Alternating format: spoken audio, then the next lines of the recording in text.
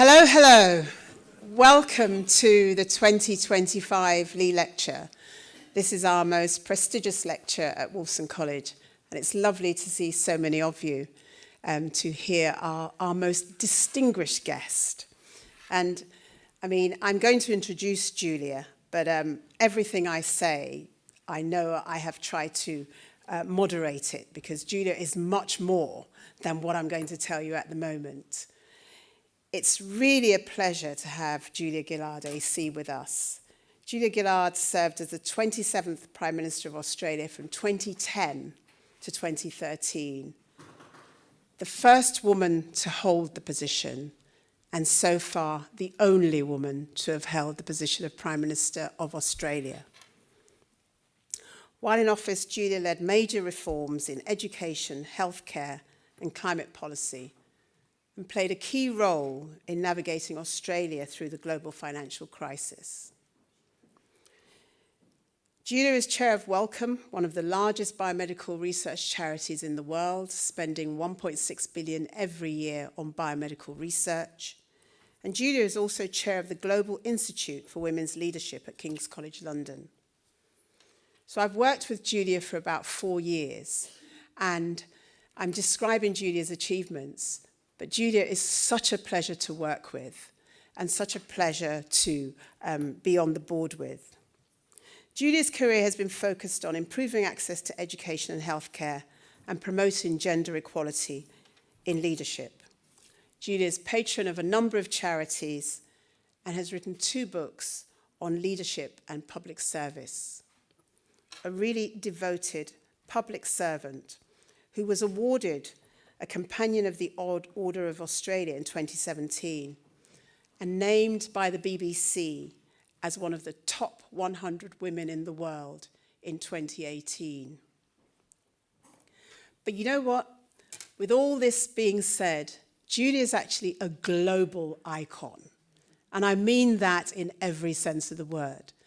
And we have never had a global icon visit Wolfson College. So it is a very, very special time for us all. Julia is a global icon because mainly of her misogyny speech. Hands up all those who have actually watched the 15-minute speech. Virtually all of you. And you've been joined by over 7 million views on YouTube. And that was before TikTok. Julia made this speech in 2012, and the speech was phenomenal because Julia eviscerated the opposition with words. If you actually watch the video, you can see Tony Abbott become smaller and smaller and smaller with each sentence. This is the most viewed parliamentary speech ever and has been voted TV's most unforgettable moment in 2020 in Australia. This speech is now being studied as a set text in Australia, where people try to analyse the lyricism of the speech, the rise and flow of Julia's voice, and the swagger with which you delivered those words. Julia's misogyny speech has inspired millions of women around the world and really exhorted them to excel. And I'm one of them. It gives me an absolute pleasure to welcome Julia Gillard to the stage.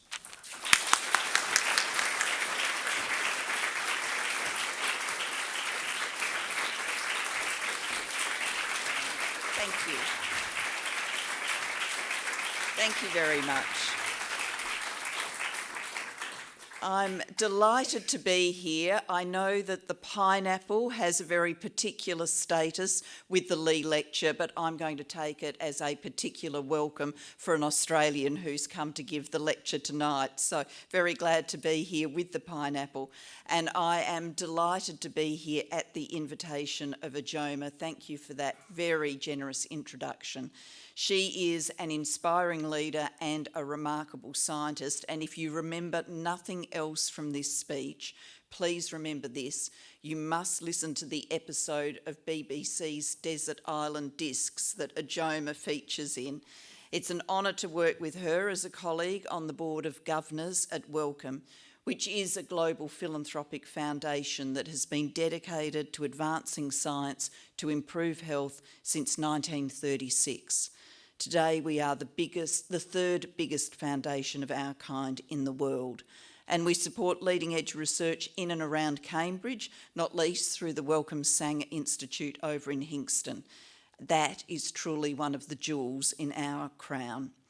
If you want to geek out on science, then you would be much better off talking to a Joma rather than me, given her work as a nanoscientist. She not only brings that expertise to our board, but also her perspectives as an academic, an entrepreneur, president of this college, and a champion of diversity, equity, and inclusion with her own lived experience. At Wellcome, we know diversity improves outcomes, and we live that at a board level and in our senior management team. As of March this year, Wellcome's executive committee has been gender balanced with 4 men and 4 women. The Board of Governors has been gender balanced for a little bit longer. Not that it's a competition, but in fact, diversity is often framed as a competition, as if in order for one group to gain rights, another group has to lose them. Now, I firmly believe that a fairer society benefits us all, so I've been reflecting on the rising tide of rhetoric against that belief, the actions threatening progress in equity. And I want to share with you my hopes about how we stand against that tide, protect hard-won progress, and continue to increase fairness despite our increasingly polarised world. Let's start off with some data. The World Economic Forum each year measures progress globally towards gender equality in 4 domains: economic power, political power, health, and education. Currently, that research is telling us it will take more than 130 years to reach gender equality. At the individual level, persuasive psychological research tells us that we all, every one of us, including young people, have gender stereotypes embedded in our brains, and we have very specific stereotypes when it comes to leadership. We associate competence and command with men and tend to see male leaders as likeable, whereas women are associated with empathy and nurturing. We tend to see female leaders as nasty because being in charge is counterintuitive to our stereotyping. In politics, even the newest female candidate knows that there is no right answer to the question, do you have children? If you don't, then that raises suspicions that you're a cold person. If you do, then heavens, who's looking after them? A question not asked of young male candidates with children because no one assumes they have the major caring responsibility. On the competence point, a novel study was conducted at North Carolina State University, which had a wholly online course taught to 4 different classes by a male lecturer and a female lecturer. As a result of the particular way this course was delivered, students never met or saw the teacher. This enabled the male teacher to teach one class, disclosing his true identity, and the female teacher to teach another class, disclosing her true identity. But for classes 3 and 4, they effectively switched genders, with the woman teaching the course pretending to be the man and vice versa. When the male teacher's performance was evaluated by students, he was marked down by those who believed him to be a woman compared with those who knew him to be a man.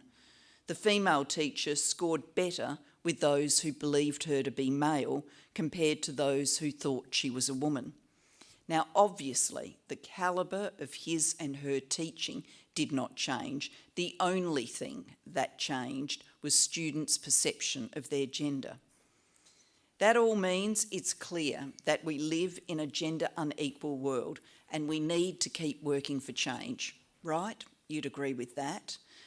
Well, sadly, I come to bring you some bad statistical news. As well as my role at Wellcome, I also chair the Global Institute for Women's Leadership at King's College London. And each year we partner with Ipsos, the polling company, to look at attitudes to gender equality. Our 2025 report was based on a survey of nearly 24,000 people across 30 countries. One of the questions we asked was whether people think women's equality has gone so far that we are now discriminating against men. 44% agreed, almost half.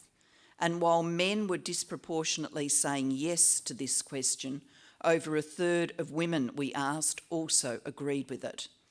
Now, this is not a revelation to us at the Global Institute. We have conducted this type of opinion polling for several years now and have seen a hardening of these kinds of attitudes over time. But years of data shouldn't inoculate us against feeling the impact of that pretty startling statistic. With the World Economic Forum telling us that it's well more than 100 years before we achieve gender equality, yet 44% of people believe that men are becoming victims of gender discrimination. The bad news doesn't stop there, I'm afraid. I regret I'm going to bring some more to you. If we look at Gen Z men, which in our sample means men aged over 18 but no older than 27 at the time of the survey, 60% agree that men are being expected to do too much to support gender equality, and 4 in 10 Gen Z women feel the same. It is the oldest generation surveyed, the baby boomers, who are least likely to say men are being asked to do too much, with 44% of men and 31% of women feeling that way.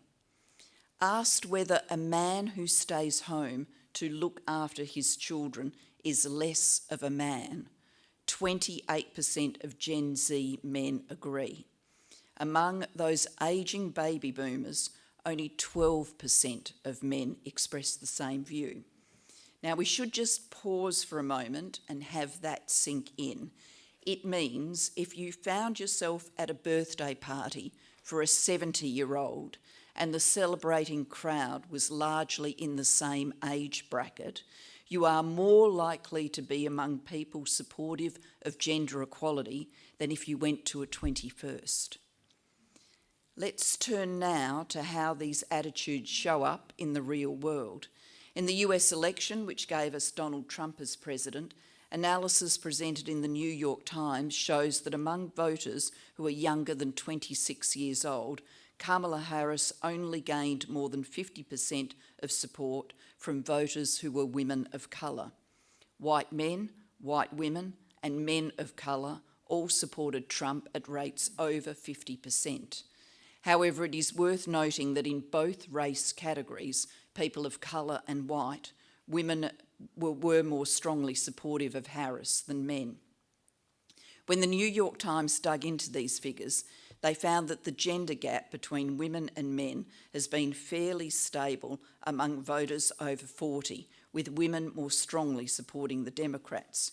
The margin is around 10% and has historically been explained by women's greater focus on social sector issues like healthcare, where Democrats have a brand advantage. But in the last election, if you look at people younger than 25, the gender gap doubles to nearly 20 percentage points, with young men much more solidly supporting Trump.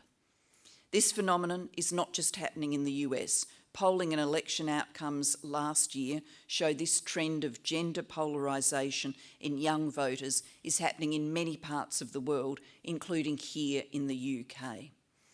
I think New York Times columnist Ezra Klein caught our collective reaction to these facts well when he said, "The thing I'm most shocked about in the last 4 years is that young people have gone from being the most progressive generation since baby boomers, and maybe in some ways even more so, to becoming potentially the most conservative generation we have experienced in 50 to 60 years.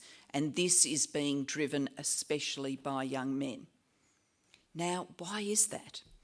We thought these younger generations growing up without the shadow of the Cold War and in an age of digital technology would become global citizens, able to see through the stereotypes ingrained in previous generations.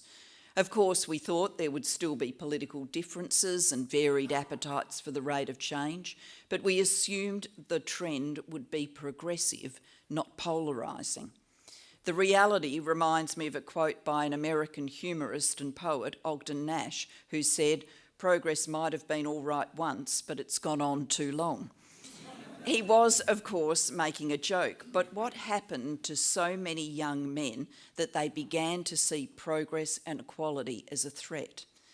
No one knows the full answer to that, but there is now a huge drive to understand it.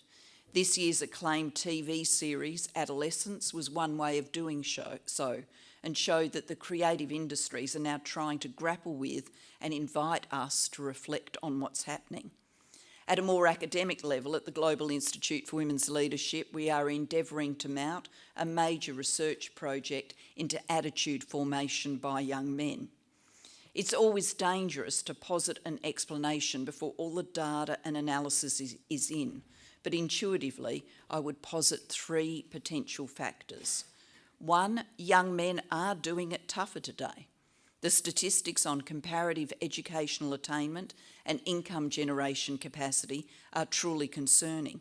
Indeed, here in the UK, for the first time, it is young men rather than young women who are more likely to be out of work and out of school.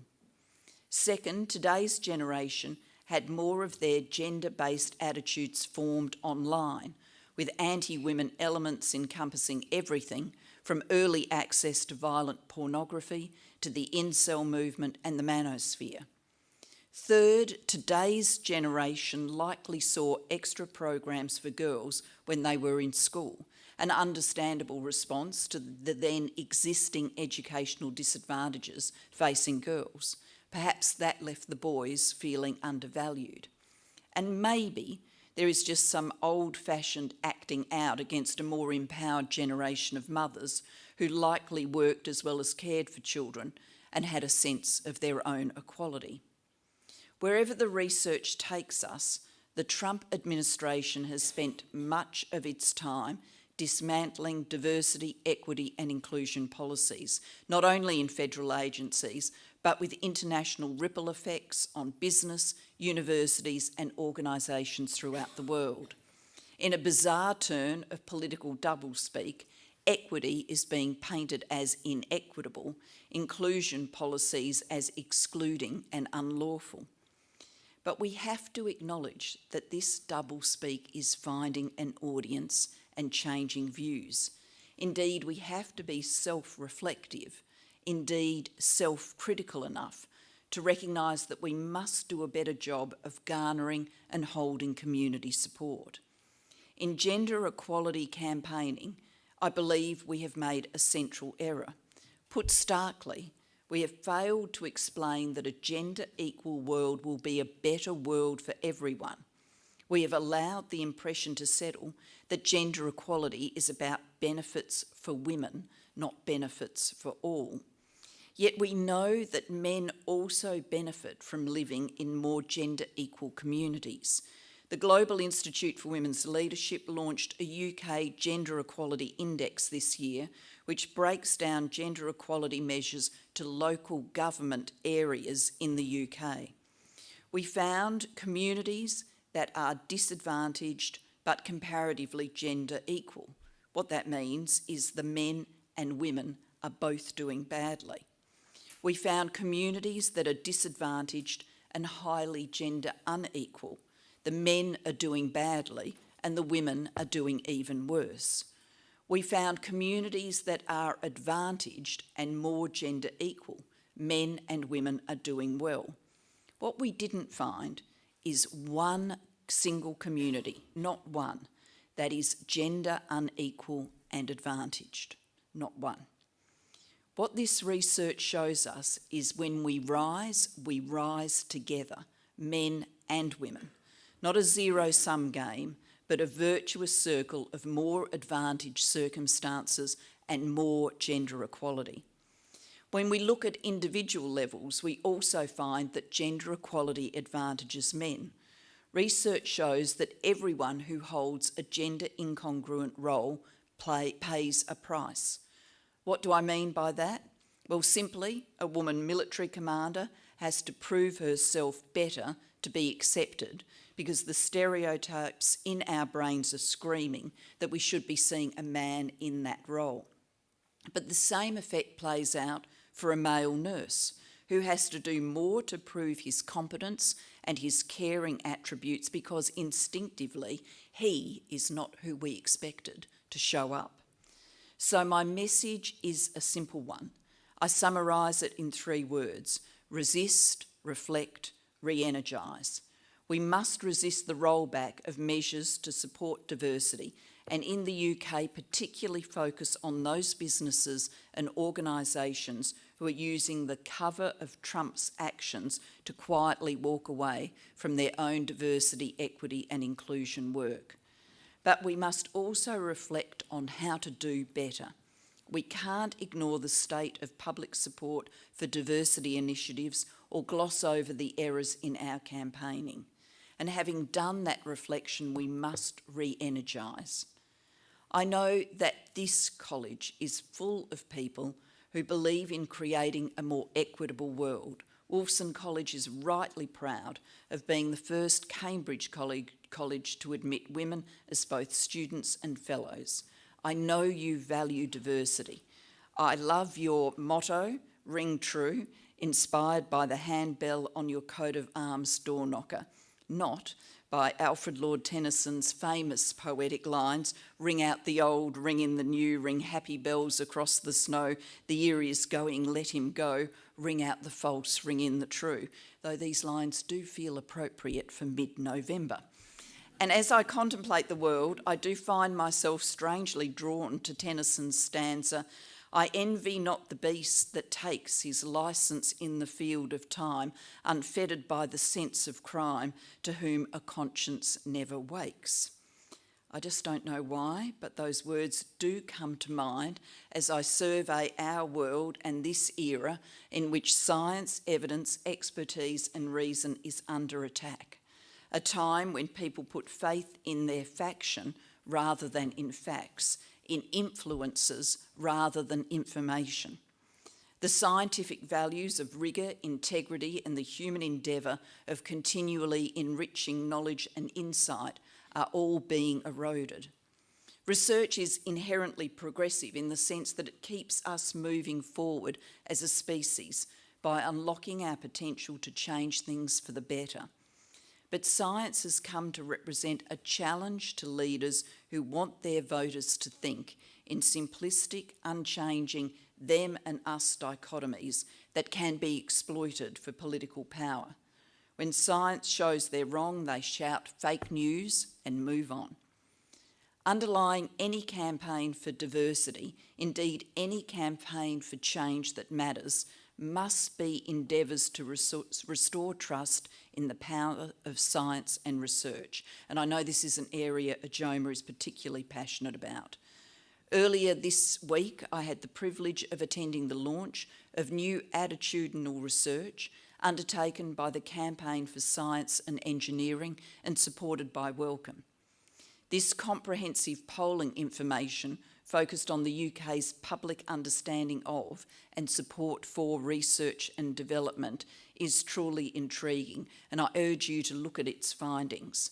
But in a nutshell, the data shows that support is broad but not deep for research and development, and views vary significantly depending on factors like education level and political allegiance.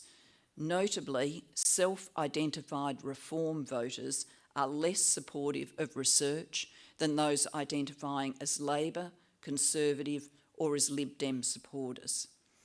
I must admit I also did keenly note the finding that charities, universities and researchers are the 3 most trusted sources for views on funding of research and development, with politicians the least trusted. I'm glad that I have jumped from the bottom to the top category by joining Wellcome. In any campaign on increasing trust in science, the words resist, reflect and re-energise also strongly come to mind. Our reflection must be around breaking down the ivory tower elitism about who matters to science within nations and between nations. At Wellcome, we are increasingly making explicit what might have been implicit before. We have a role in making health outcomes more equitable within and between the many nations of the world. What we do should not improve health only for the healthiest or the wealthiest. It should achieve a healthier future for everyone. And to do so, we must support the research that benefits the communities most affected by health challenges.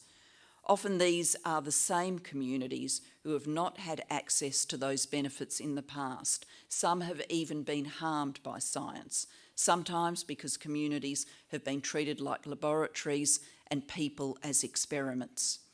But done right, there are enormous added benefits when research is done and is led from communities where the need is greatest.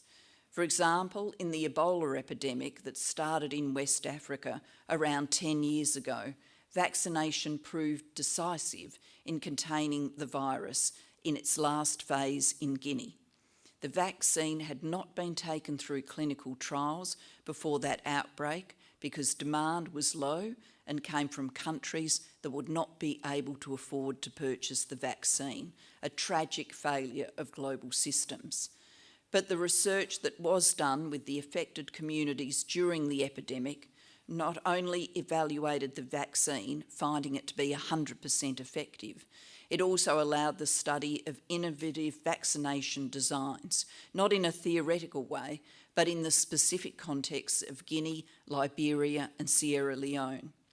When research is shaped by the needs of the communities around it, then it has a head start towards application and implementation.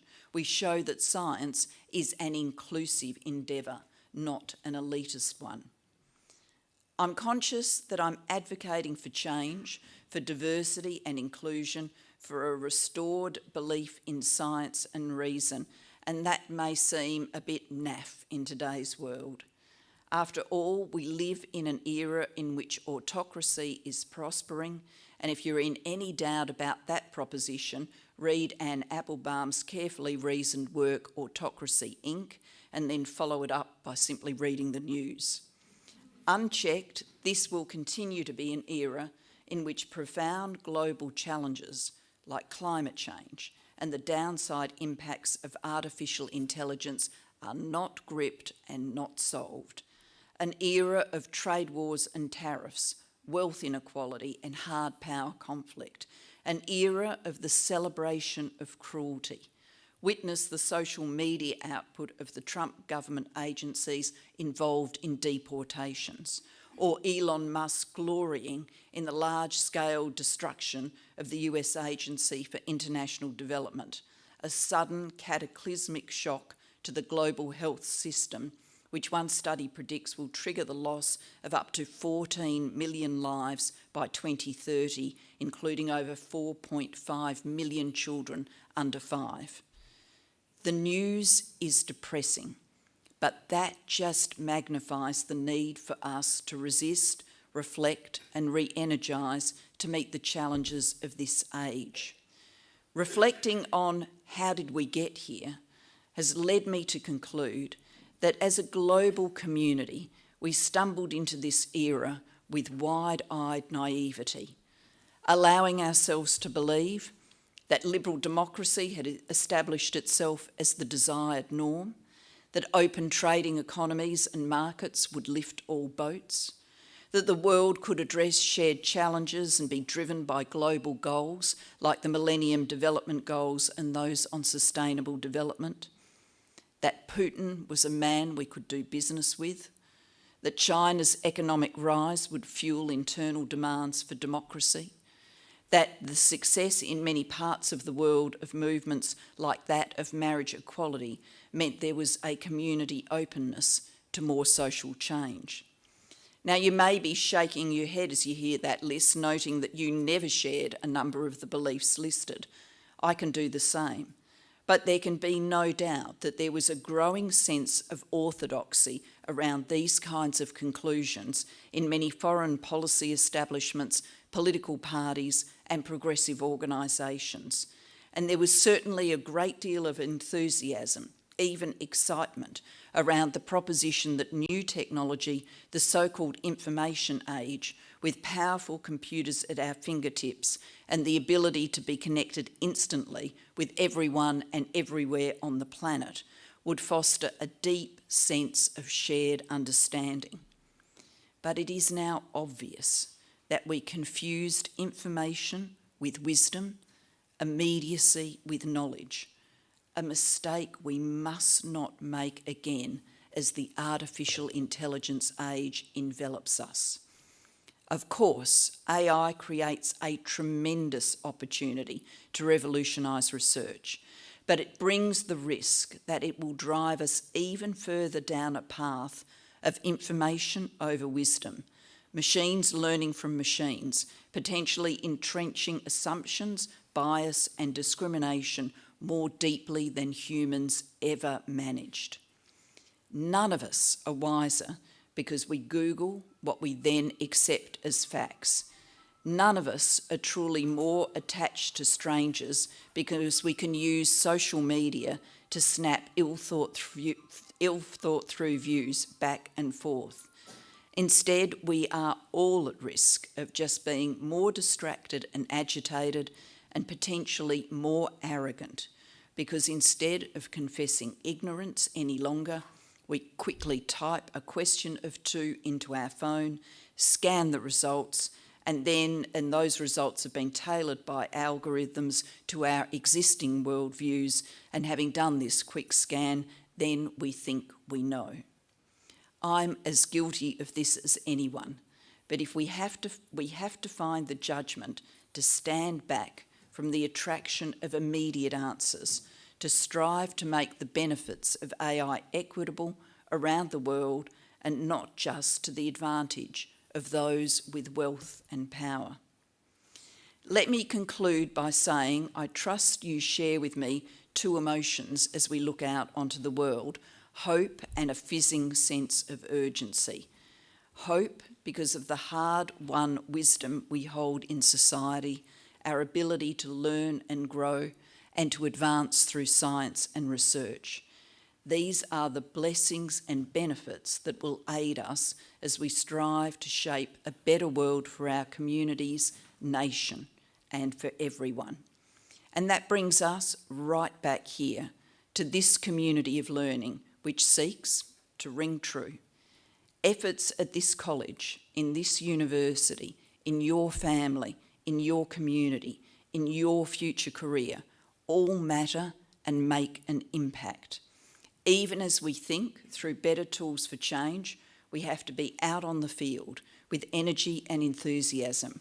While we might not yet have every answer, we can all find ways of pursuing change. I thank you for the opportunity to address you today, and I'm looking forward to your questions, and I'm anticipating it'll be a little bit easier than question time in the Australian Parliament, but let's see. Thank you very much.